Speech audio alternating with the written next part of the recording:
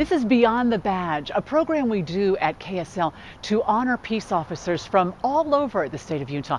A different officer every week, and here is a portion of the interview about this week's officer.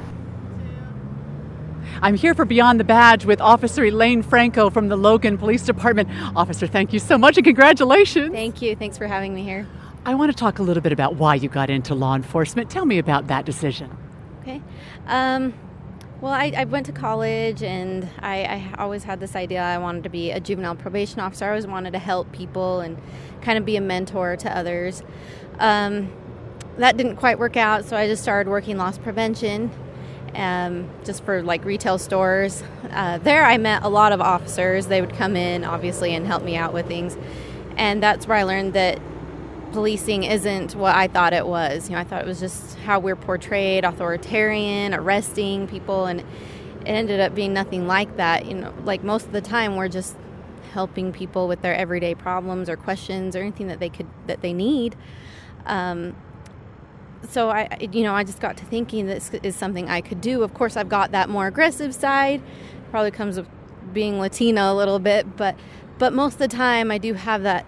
I love to talk to people. Those communication skills, being, relating to other people, empathizing with them. That's always been something that I am. So, with this new community policing that we're going towards, I thought, hey, I bet you I could do this. And it's such a noble profession. I always was drawn to it, never thought I could do it, and went to the police academy, and here I am now. Yeah. So doing it and doing a good job, I hope. And now you talk about the Latino background. This is such an important thing that you find a way to bridge the gap and to address the people in the Latino community. You even do a radio show of some kind, don't you? Tell me about that. Yep. Last year, one of my fellow sergeants and I put on a radio show. We'd go in at 6 a.m. We'd have a different topic that we'd prepare every week. Something that the Latino community, they have a very bad view of us, and a lot of them are not from this country, aren't citizens, so they're scared of law enforcement, and they think that, we're going to send them back to their country.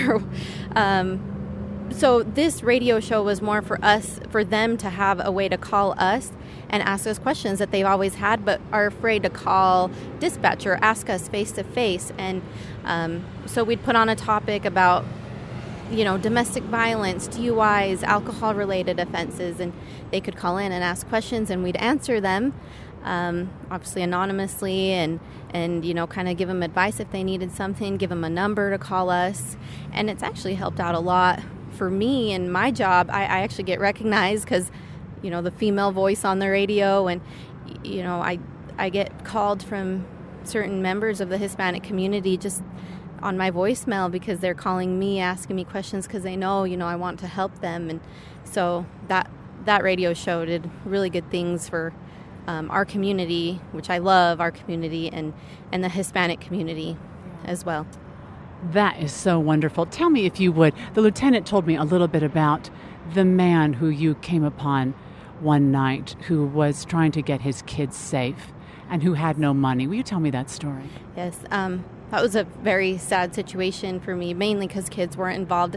We don't have a big transient community in Logan. I mean, every now and then we'll get one, but it's not something that we deal with a lot. So we don't have resources for transient people. Turns out this gentleman hadn't seen his kids in a long time, and his wife let him have them for the weekend, and he was staying in a home with bad situation, narcotics, things like that, and he did not want his kids there.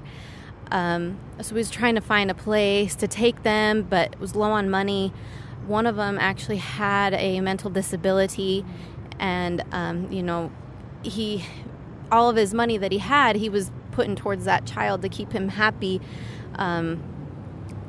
And he just had nowhere to go for the weekend, and he didn't want to give his kids back because he never got to see them.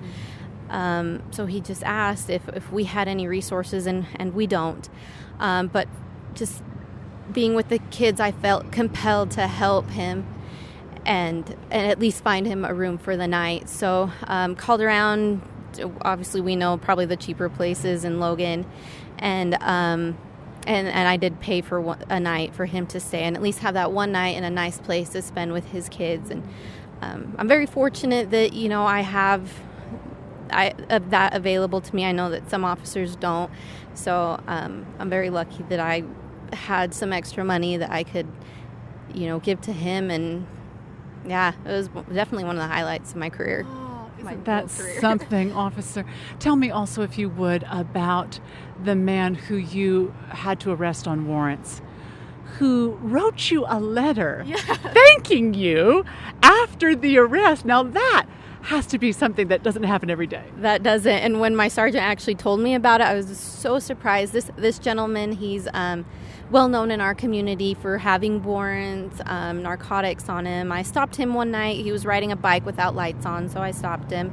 And you could tell he was very apprehensive towards me. And so, just got to using those communication skills that us women have. Yeah. And, he was actually really known for fighting with officers, resisting arrest. And I knew that when he gave me his name. So I tried to use those skills. And, ended up being a really good situation. He was so grateful. I found a place. He had his bike, and that's like one of the only things that his only method of transportation. So, I didn't want to leave it there for someone to steal it.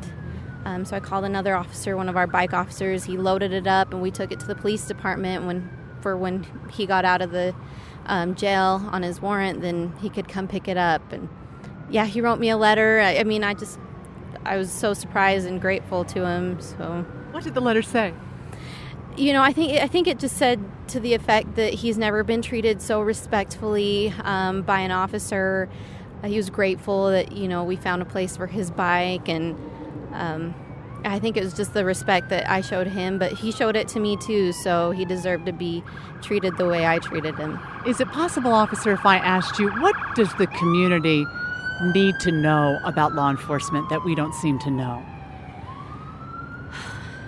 It's a very hard question, mainly because I see how we are portrayed, social media in general, how we are being portrayed, and I know the kind of officer I am, the kind of officers I work with, and they would never purposely harm anybody but in their own protection or protection of someone else, an innocent person or the community, because that's what we were sworn to do, is protect them.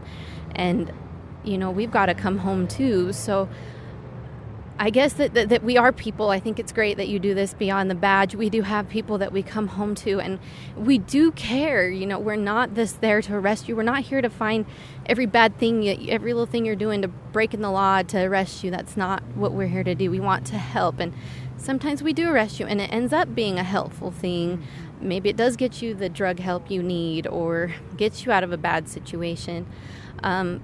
But we're not what we're being portrayed as. There is, of course, those very few people. There's bad people in everything that give us all a bad name. But, we are here to help. We are your friends, especially the officers I work with and I've dealt with. I don't think I've ever met one that goes to work thinking, I'm going to get in a fight and I'm going to kill somebody today. That is not what we do. And we love our community. I love my community because I grew up there. So we want to be contributing and cleaning up our streets if we have to, to keep our society safe, our communities safe. But yeah, we're good people. We want to help. We're here to help. If you need anything, call us. If you're too scared to go check your backyard because you hear something, that's what we're here to do, is do it for you. And yeah, we are public servants, so we are there to assist you in any way, and we're not bad people. You're so inspiring, officer. Thank you so much. Thank you. Beyond the badge for our Logan officers.